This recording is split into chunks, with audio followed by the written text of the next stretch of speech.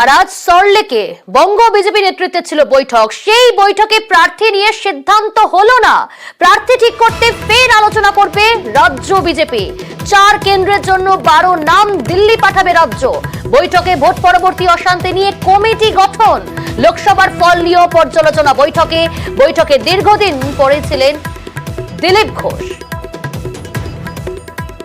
বৈঠকে ভোট পরবর্তী অশান্তি নিয়ে এবার কমিটি গঠন করা হলো এবং বৈঠকে উপস্থিত ছিলেন দিলীপ ঘোষ। লোকসভার ফল নিয়েও পর্যালোচনা করা হয় এই বৈঠকে, কিন্তু প্রার্থী তালিকা ঠিক করা হলো না।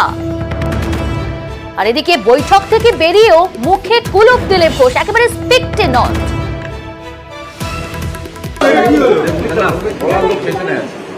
বলবে না স্টেট কমিটি মিটিং হচ্ছে, বলে দেবেন বড় লোক আছে।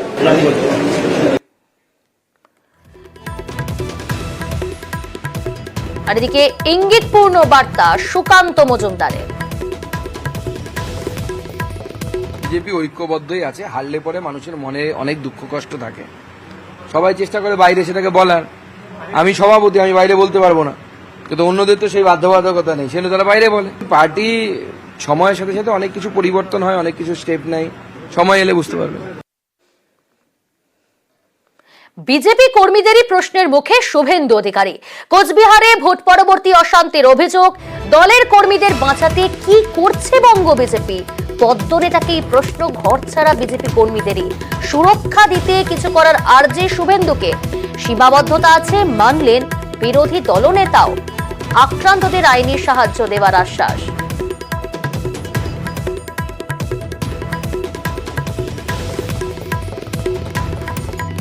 আমাদের যে পরিস্থিতি, আমরা বাড়িতে চলতে পারতেছি না, ফিরতে পারতেছি না। কালকে আমার বন্ধুকে ঘুমারি আটকে পার্টি মিশন নিয়ে গিয়ে অনেক কিছু বলেছে ওরা, তৃণমূলের লোকেরা। আমরা কেমন করে বাঁচবো? আপনারা তো সবাই ঠিকঠাক জায়গায় থাকেন, আপনারা সাধারণ মানুষ দেখেন। আপনি একটু ঘামে সবার বাড়িতে যান, আমি হাত জোর করে রিকোয়েস্ট করছি। আমরা বাড়িতে থাকতে পারবো না স্যার, আমরা কেমন করে কোথায় যাবো আমরা, বলুন? আমরা তো বিজেপিটা করি। আক্রান্তদের আইনি সহযোগিতার আশ্বাস বিরোধী দলনেতার। ভাই, আমি নিজে ছুটে এসেছি আমাদের এই সমস্যা বা আপনাদের এই সমস্যার সমাধান করার জন্য, এবং আমাদেরও সীমাবদ্ধ ক্ষমতা আছে, এটা নতুন নয়। আমরা প্রত্যেকের কাছ থেকে ঘটনাগুলো শুনে কিছু ব্যবস্থা নেব, আর আপনাদের নিশ্চিতভাবে মৃত্যুর মুখে ফেলার জন্য আমরা বলবো না, কিন্তু তার মধ্য থেকেও 21 সালে যে অত্যাচার হয়েছিল সেই অত্যাচার আমরা থামিয়েছি। আমরা আইনি লড়াই আন্দোলন সব রকম করে থামিয়েছি। এক্ষেত্রেও আমরা আমাদের মতো করে করব। যদি নেতৃত্ব এবং দলের প্রতি পূর্ণ আস্থা থাকে, আমরা এমন কিছু পরামর্শ আপনাদের দেব না যাতে আপনারা আরো বিপদে পড়েন। বিজেপির কেউ ঘর ছাড়া নন, পুরোটাই নাটক। শুভেন্দুকে তো কুণাল ঘোষেরও। শুভেন্দু কোচবিহারে গেছেন, তিনি কোচবিহারে গেছেন কলকাতার তাদের দলের মিটিংটা অ্যাভয়েড করতে, কারণ ওই মিটিংয়ে ক্ষোভে ফুটছে আদি বিজেপি, যে অমুক দলের জন্য লোকসভায় ডুবেছে বিজেপি, অমুকের জন্য অমুকরা হাইজ্যাক করে নিচ্ছিল, তারাই তো ভোট পরিচালনা করেছে, তারাই তো নানা রকম কথা বলেছে। এই মিটিংটাকে অ্যাভয়েড করার জন্য, মিটিংটা থেকে পালিয়ে যাওয়ার জন্য, পুরনো কর্মীদের ফেস করতে হবে না, সেই আতঙ্কে কোচবিহারে নাটক করতে গেছে। এদিকে বাংলায় ফের বিজেপির কেন্দ্রীয় দল। ভোট পরবর্তী অশান্তির অভিযোগেই কেন্দ্রের টিম আক্রান্ত কর্মীদের সঙ্গে দেখা করবেন প্রতিনিধিরা। পরিস্থিতি দেখে জেপি নাড্ডাকে রিপোর্ট দেবেন প্রতিনিধি দলের সদস্যরা। প্রতিনিধি দলে কারা কারা রয়েছেন বিপ্লব দেব, রবিশঙ্কর প্রসাদ, ব্রিজলাল। দলে থাকছেন সাংসদ কবিতা পতিদারও। দমদম বিমানবন্দরে নেমে সরাসরি মহেশ্বরী ভবনে যাবে দল। প্রথমে ডায়মন্ড হারবার আমতলা হয়ে জয়নগর বাসন্তীতে পৌঁছবে বিজেপির প্রতিনিধি দল। এরপর সন্দেশখালী যাবে বিজেপির কেন্দ্রীয় দলের সদস্যরা।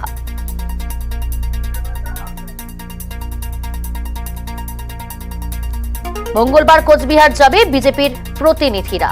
বাংলায় ফের বিজেপির কেন্দ্রীয় দল। ভোট পরবর্তী অশান্তির অভিযোগে কেন্দ্রের টিম। পরবর্তী সন্ত্রাস যেগুলো হচ্ছে বিভিন্ন জায়গায় হচ্ছে, সেগুলো নিয়ে তো আমাদের প্রতিনিধি দল আসছে এবং আমরাও পুরোপুরিভাবে পার্টি থেকে এই কার্যালয় থেকে সম্পূর্ণভাবে প্রত্যেকের ওপর নজর রাখা হচ্ছে। প্রত্যেকটা লোকসভা, প্রত্যেকটা জেলা, প্রত্যেকটা বিধানসভায় কত কার্যকর্তা আছে তাদের ফোন কলের মাধ্যমে তাদের যোগাযোগ রাখা হচ্ছে ডেফিনেটলি, কারোর যেন কোনো অসুবিধা না হয়। এবং সেজন্য আমাদের টিমও তৈরি করা হয়েছে এবং সেন্ট্রাল থেকে টিমও তারা আসছে, তারা পরিদর্শন করবে। রাজনৈতিক পর্যটক কেন্দ্রীয় দল আসা নিয়ে কটাক্ষ কুণাল ঘোষের। এসব রাজনৈতিক পর্যটক নাটক করতে আসছে, ব্যর্থতা, গোহারা হেরেছে বাংলায়, তা থেকে নজর ঘোরাতে আসছে। আর কার নেতৃত্বে? বিপ্লব দেবের নেতৃত্বে, ত্রিপুরার প্রাক্তন মুখ্যমন্ত্রী, যার জমানায় যখন আমরা পুরভোট করতে গেছিলাম তৃণমূলের কর্মীদের উপর গোটা ত্রিপুরা জ্বলছিল বিজেপির তাণ্ডবে, অকথ্য অত্যাচার, নির্যাতন, অপহরণ, মাথা ফাটিয়ে দেয়া। বিপ্লব দেব নিজে একটা সন্ত্রাসের প্রতীক। এই বিপ্লব দেব আসলে আমাদের বিজেপি যে ত্রিপুরায় কত বড় সন্ত্রাস করেছিল সেটা মানুষকে মনে করিয়ে দিতে সুবিধা হবে। কোচবিহারের দিকে নজর রাখবো। কোচবিহারের ঢাংঢিংগুড়ি পঞ্চায়েত, গত বুধবার বিজেপির এই পঞ্চায়েতে ফোটে ঘাসফুল। এবার বিজেপির পঞ্চায়েত প্রধানও যোগ দিলেন তৃণমূল কংগ্রেসে। নিশীথ প্রামাণিকের আশ্বাসে হলো না কাজ। এর ফলে 23 আসনের পঞ্চায়েতে তৃণমূলের আসন বেড়ে হলো 14, বিজেপির 9 জন।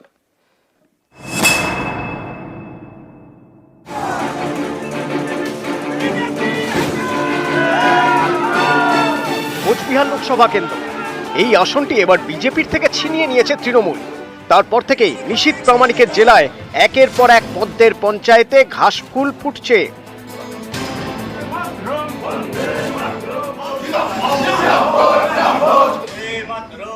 যেমন কোচবিহার 2 নম্বর ব্লকের ঢাংঢিংগুড়ি পঞ্চায়েত। গত বুধবার 12ই জুন বিজেপির এই পঞ্চায়েত দখল নেয় তৃণমূল। তারপর শনিবার তৃণমূলে যোগ দিলেন বিজেপির পঞ্চায়েত প্রধান মাম্পি দাস। বললাম না, জনগণের উন্নয়নের সাথে এতদিন উন্নয়ন করতে পারছিলেন না? হ্যাঁ, পেরেছি, অসুবিধা হচ্ছে। 23 আসনের ঢাংঢিংগুড়ি গ্রাম পঞ্চায়েতে বিজেপির সদস্য ছিলেন 14 জন, তৃণমূল 9। গত বুধবার বিজেপির 4 পঞ্চায়েত সদস্য তৃণমূলে যোগ দেন। শনিবার বিজেপির পঞ্চায়েত প্রধানও যোগ দেন তৃণমূলে। এর ফলে তৃণমূলের সদস্য সংখ্যা বেড়ে হলো 14, বিজেপির কমে হলো 9। গত বুধবার বিজেপি সদস্যরা তৃণমূলে যোগ দেন। বৃহস্পতিবার ঢাংঢিংগুড়ি পঞ্চায়েতে যান নিশীথ প্রামাণিক। তখন কথা বলেন বিজেপির পঞ্চায়েত প্রধান মাম্পি দাসের সঙ্গে, পাশে থাকার আশ্বাস দেন। বৃহস্পতিবারের পর শনিবার বিজেপির মাম্পি দাস যোগ দিলেন তৃণমূলে।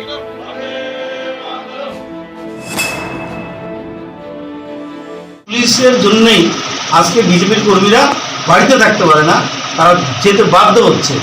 কিন্তু এটা কয়েকদিন চলবে, জোর জুলুম পুলিশ দিয়ে আর জোর করে যোগদান করানো, আর সেটা বেশি দিন চলবে। মানুষই তো শেষ কথা বলে রাজনীতিতে। মানুষ চাইছেন যে মাম্পি দাস আমাদের দলের প্রধান হিসেবে কাজ করেন, যিনি প্রধান আছেন তারাও দল করেন, তারা দেখে যে মানুষের রায়টা কোন দিকে আছে, সেই হিসেবেই সেই চিন্তা ভাবনা করতে সেটা সিদ্ধান্ত নিয়েছে। ঢাংঢিংগুড়ি ছাড়াও এর আগে ভেটাগুড়ি 1 এবং 2 পঞ্চায়েতের দখল নেয় তৃণমূল। একে একে মাতালহাট, বলরামপুর 2, পাড়াডুবি গ্রাম পঞ্চায়েত পদ্মের থেকে ছিনিয়ে নিয়েছে ঘাসফুল। কোচবিহার থেকে শুভঙ্কর সাহা, নিউজ 18 বাংলা। আসানসোলের বিভিন্ন ওয়ার্ডে জলকষ্ট। ভোটে বিজেপি লিড পাওয়ায় ওই ওয়ার্ডগুলিতে জলের গাড়ি না পাঠানোর অভিযোগ। তৃণমূল পরিচালিত পুরসভার বিরুদ্ধে এই অভিযোগ বিজেপির। মানতে নারাজ আসানসোলের মেয়র।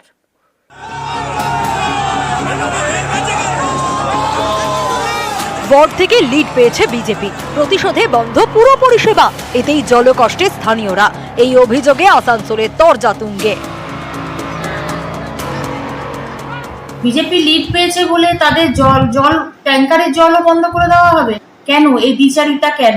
কর্পোরেশনের এই অধিকার কে দিয়ে দিল যে ওনারা এটা বন্ধ করে দিলেন? বিভিন্ন দিন বিভিন্ন ভাবে অভিযোগ করবে, বলার কিছু নেই, করার কিছু নেই ওদের। গত 3 দিন 4 দিন থেকে যে বৃষ্টি হচ্ছে, ঝড় হচ্ছে, তাতে লাইনের প্রবলেম হয়েছে বিভিন্ন জায়গায়। 24-এর ভোটে আসানসোল লোকসভা কেন্দ্রে জয়ী হয়েছেন তৃণমূলের শত্রুঘ্ন সিনহা, কিন্তু আসানসোল পুরসভার বেশিরভাগ ওয়ার্ডেই পিছিয়ে তৃণমূল। আসানসোল পুরসভায় 106টি ওয়ার্ড, এর মধ্যে 73টি ওয়ার্ডেই এবারের ভোটে তৃণমূল পিছিয়ে। বিজেপির দাবি ফল বেরোনোর পর থেকেই ওই ওয়ার্ডগুলিতে পুরো পরিষেবায় ব্যাঘাত ঘটছে। পাইপলাইনের কাজ শেষ না হওয়া পর্যন্ত জলের গাড়ি পাঠানোর কথা তৃণমূল পরিচালিত পুরসভার, কিন্তু ভোটের ফল বেরোনোর পর থেকে জলের গাড়ি ঠিকমতো আসছে না। এর জেরে জলকষ্টে ভুগছেন 66 নম্বর, 103 নম্বর সহ একাধিক ওয়ার্ডের বাসিন্দারা। ইতিমধ্যেই 66 নম্বর ওয়ার্ডের দামাগড়িয়া এলাকায় পানীয় জলের দাবিতে পথ অবরোধ করেন স্থানীয়রা। জল নাই, আমরা খাবো কি, রাঁধবো কিসে? কান তো দূরের কথা, খাওয়া দাওয়া তো চাই। 10-12 দিন থেকে জল আসে না। এই পাড়া রোডে তো 1 ফোঁটা জল নাই। আর জল যদি না পড়ে কালকে ঘুরে রোড জ্যাম হবে। বিজেপি লিড পেয়েছে বলে তাদের জল ট্যাঙ্কারের জলও বন্ধ করে দেওয়া হবে? কেন এই বিচারিটা কেন? কর্পোরেশনের এই অধিকার কে দিয়ে দিল যে ওনারা এটা বন্ধ করে দিলেন? যদি এটা ওনারা বন্ধ করে থাকেন, কাল থেকে যদি জল না চালু হয়ে থাকে, তাহলে আগামী দিনে আমরা আন্দোলনে নামতে বাধ্য হব। রাজনৈতিক উদ্দেশ্য হলে তো আমাদের শব্দ করতে হতো, বিভিন্ন দিন বিভিন্নভাবে অভিযোগ করবে, বলার কিছু নেই, করার কিছু নেই ওদের। গত 3-4 দিন থেকে যে বৃষ্টি হচ্ছে, ঝড় হচ্ছে, তাতে লাইনের প্রবলেম হয়েছে বিভিন্ন জায়গায়, তাই জলের একটা অসুবিধা হয়েছে। আমরা চেষ্টা করছি যেখানে যেটুকু প্রবলেম আছে সেগুলো সমাধান করে দিতে। আসানসোল থেকে দীপক শর্মা, নিউজ 18 বাংলা। বেলঘড়িয়ায় বেপরোয়া শুটআউট, ফিল্মি কায়দায় বাইকে করে এসে ব্যবসার গাড়ি লক্ষ্য করে এলো পাথারিগুলি, তারপর বাইকে চেপে চম্পট 2 দুষ্কৃতীর, তদন্তে পুলিশ।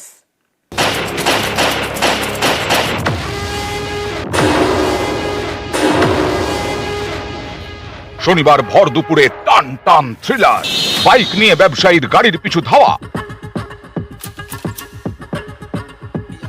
তারপর সিগন্যালের কাছে গাড়ির গতি কমতেই এলো পাথারি গুলি।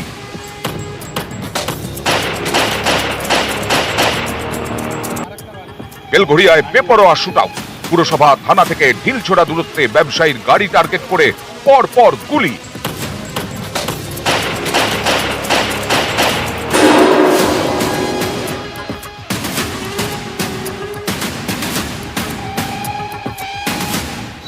এতেই চাঞ্চল্য ছড়ায় রথতলা মোড়ে।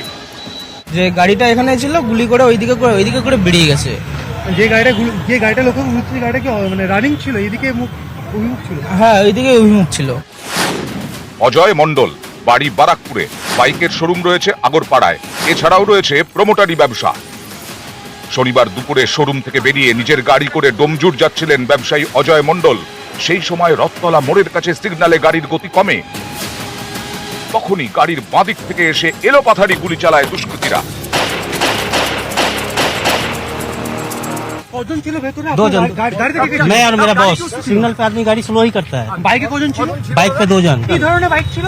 Apache bike, Apache. नहीं, पहचानते नहीं। 5টি গুলি লাগে গাড়িতে, 1টি গুলি লাগে সামনের নাম্বার প্লেটে, 1টি লাগে গাড়ির সামনের বাঁদিকের চাকার ওপর, বাকি 3টি গুলি লাগে গাড়ির বাঁদিকের সামনের দরজায়। এরপরেই গাড়ি নিয়ে সোজা বেলঘড়িয়া থানায় চলে যান ব্যবসায়ী।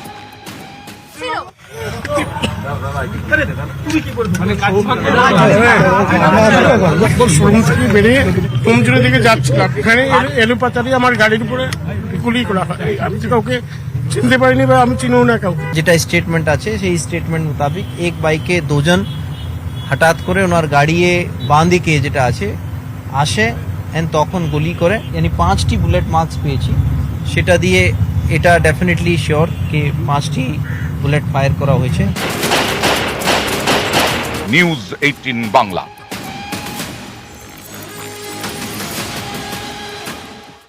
বেলঘড়িয়া শুটআউটে জোরালো তোলাবাজ, টাকা আদায়ে হুমকি টিটাগড়ের গ্যাংয়ের, দাবি আক্রান্ত ব্যবসায়ী। দুষ্কৃতীদের শনাক্ত করতে সিসি ক্যামেরায় নজর ব্যারাকপুর কমিশনারেটের।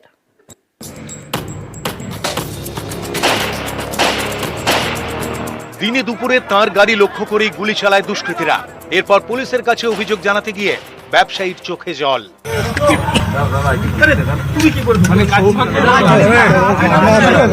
শোরুম থেকে বেরিয়ে ডোমজুরের দিকে যাচ্ছিলাম, এখানে এলোপাতারি আমার গাড়ির উপরে গুলি করা হয়। আমি তো কাউকে চিনতে পারিনি বা আমি চিনিও না কাউকে। ব্যবসায়ী অজয় মণ্ডলের চোখে মুখে ভয়। ব্যবসায়ী অজয় মণ্ডলকে কি প্রাণে মারার জন্য গুলি চালানো হয়েছিল নাকি ভয় দেখানোর জন্য? কারণ ইতিমধ্যেই তিনি যে দাবি করেছেন আমাদের ক্যামেরার সামনে যে তাকে বেশ কিছুদিন আগে টাকা চেয়ে তার কাছে র্যানসাম কল এসেছিল।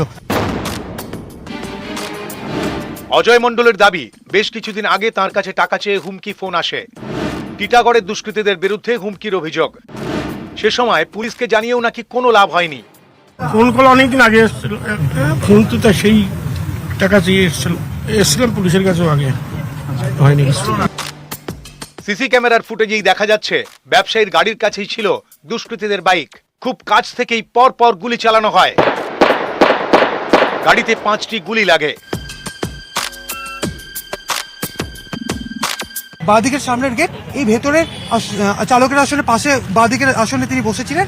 বাঁদিকের গেটে গুলিগুলো লেগেছে এবং যে যে অংশে গুলি লেগেছে সেই জায়গা থেকে কোথাও গিয়ে মনে করা হচ্ছে যে উদ্দেশ্য হচ্ছে ভয় দেখানো। কারণ তাকে এর আগে র্যানসাম কল অর্থাৎ ফোন করে টাকা চাওয়া হয়েছে। হেলমেটে মুখ ঢেকে বাইক নিয়ে এসে হামলা। দুষ্কৃতীদের শনাক্ত করতে সিসি ক্যামেরার ফুটেজেই এখন নজর বারাকপুর কমিশনারেটের। ক্যামেরায় কাঞ্চন ভৌমিকের সঙ্গে সুবীর দে ও অমিত সরকার, নিউজ 18 বাংলা। মেট্রোয় কর্মীর অভাব, নিজের কাজ ছেড়ে স্টেশন সুপারদের নাকি করতে হচ্ছে অন্যান্য কাজ, ফলে একজন সুপারকে সামলাতে হচ্ছে একাধিক স্টেশন। সুরক্ষা ব্যবস্থা নিয়ে প্রশ্ন তুলে রেল মন্ত্রকের দ্বারস্থ হচ্ছে মেট্রোর কর্মচারী সংগঠন। মেট্রোয় কর্মী সংকট, স্টেশন পরিচালনার কাজ নয়, স্টেশন সুপারদের কাজে লাগানো হচ্ছে অন্যান্য কাজে। এর জেরেই নাকি একজন সুপারের ঘাড়ে পড়ছে একাধিক স্টেশন পরিচালনার ভার। সুরক্ষা ব্যবস্থা নিয়ে প্রশ্ন তুলে রেল মন্ত্রকের দ্বারস্থ হচ্ছে কর্মচারী ইউনিয়ন।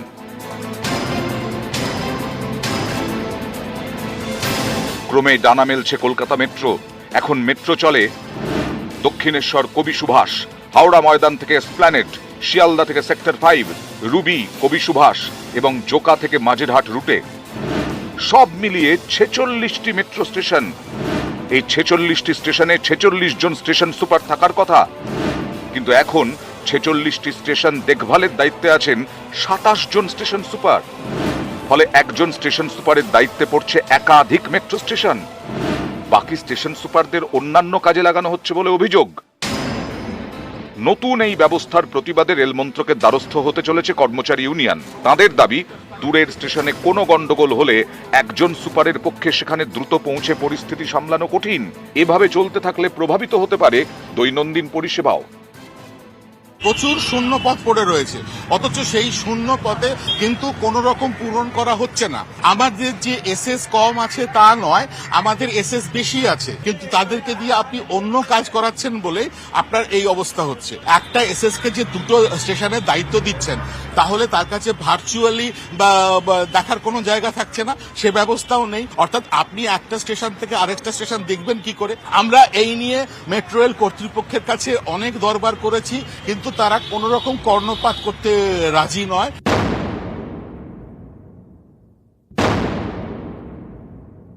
আমাদের আপগ্রেডেশনে যে কাজ চলছে তাতে আরো আমরা কম ম্যান পাওয়ারে কাজ চালিয়ে দিতে পারবো বলে আশা করি। আর অনেক নতুন সেকশনও খুলছে, তো অনেক আধুনিকতর সিস্টেম আমাদের মেট্রোতে ইন্ট্রোডিউস হচ্ছে। সেটা এসে গেলেই আরো কম ম্যান পাওয়ারে আরো আধুনিক, আরো সেফ, আরো স্মুথ মেট্রো সার্ভিস আমরা কলকাতাবাসীকে দিতে পারবো। স্টেশন সুপারিনটেন্ডেন্টদের সংখ্যা অবশ্য কম নেই, পর্যাপ্ত সংখ্যায় তারা মেট্রো রেলেই রয়েছেন। তবে তাদেরকে দিয়ে অন্য কাজ যেমন করানো হচ্ছে, একই সঙ্গে মেট্রো ইউনিয়নের বক্তব্য বেশ কিছু টেকনিক্যাল অসুবিধাও থেকে যাচ্ছে। ফলে আন্ডারগ্রাউন্ড হোক বা মাটির ওপরে যদি কোনো ঘটনা মেট্রো স্টেশনে ঘটে যায়, তাহলে তার দায় কেন এই স্টেশন সুপারদের ঘাড়ে এসে বর্তাচ্ছে তা নিয়ে প্রশ্ন তুলতে শুরু করেছেন তারা। আর সে কারণেই তারা চাইছেন যে কেন্দ্রীয় রেল মন্ত্রক এই বিষয়ে যথোপযুক্ত ব্যবস্থা গ্রহণ করুক। ক্যামেরা জ্যোতির্ময় বসুর সাথে আবির ঘোষাল, নিউজ 18 বাংলা, কলকাতা। ভোট তো শেষ, কোমরটুলিতে ব্যস্ততা শুরু। জুন মাসে তৈরি হচ্ছে দুর্গা প্রতিমা। এই সব প্রতিমা যাবে বিদেশে।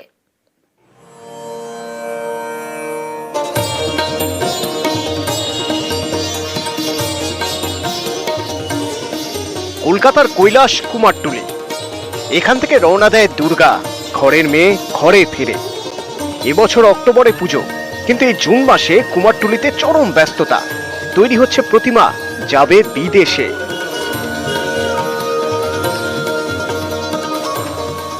মে থেকে জুন এই সময় কুমারটুলি থেকে বিদেশে রওনা হয় দুর্গা প্রতিমা। কিন্তু এবার ছিল লোকসভা ভোট, তাই প্রতিমা তৈরির কারিগর মেলেনি। ভোট শেষ, এবার প্রতিমা তৈরির কাজ শুরু। হ্যাঁ, কেন ভোটের এফেক্টটা আমাদের কাজের ক্ষেত্রেও কিছু পড়েছে, কেননা এক এক সময় এক এক জায়গায় ভোট হচ্ছে, কারিগরের একটু প্রবলেম হচ্ছিল। তো বিদেশে আমাদের মে আর জুন মাসে ম্যাক্সিমাম ঠাকুর চলে যায়, কারণ হচ্ছে জাহাজে করে যায়। বেশিরভাগ ঠাকুরই ইউএসএ বিভিন্ন নিউ ইয়র্কে, তারপর আপনার ফ্লোরিডা, টেক্সাস, এসব জায়গাগুলো যায়। এগুলো জাহাজে যেতে 70-80 দিন সময় লেগে যায়। তো এবছর এই মে মাসের মোটামুটি শেষের দিকে আমরা ঠাকুর অলরেডি ডেলিভারি শুরু করে দিয়েছি। জুন মাসেও প্রচুর ঠাকুর যাবে। বিদেশে দুর্গাপুজোয় বাড়ছে থিমের চাহিদা, সেই মতো প্রতিমাও তৈরি হচ্ছে। ইতিমধ্যেই আমেরিকা এমনকি ইউরোপের বিভিন্ন দেশ থেকে অর্ডার এসেছে। জোর প্রস্তুতি শুরু করেছেন মধ্যপ্রাচ্যের দেশগুলিতে থাকা বাঙালিরাও। প্রতি বছর কুমারটুলি থেকে শখানেক মূর্তি যায় বিদেশে, সেখানে মিনিয়েচার প্রতিমায় পুজোর চল বাড়ছে। জাহাজে প্রতিমা যেতে 70 থেকে 90 দিন সময় নেয়, তাই মে জুন মাসেই বেশিরভাগ প্রতিমা পাড়ি দেয় বিদেশে।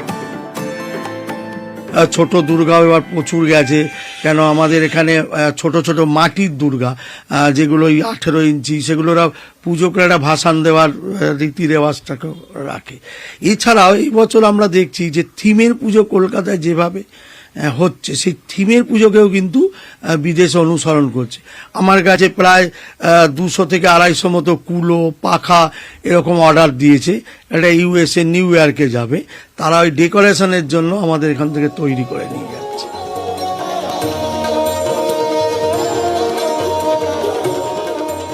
ভোট পুজো যখন বাংলায় শেষ হলো, তখন বাংলা থেকেই দুর্গাপুজোর শুরু বিদেশের জন্য। ক্যামেরা রাজীবের সঙ্গে বিশ্বজিৎ, নিউজ 18 বাংলা।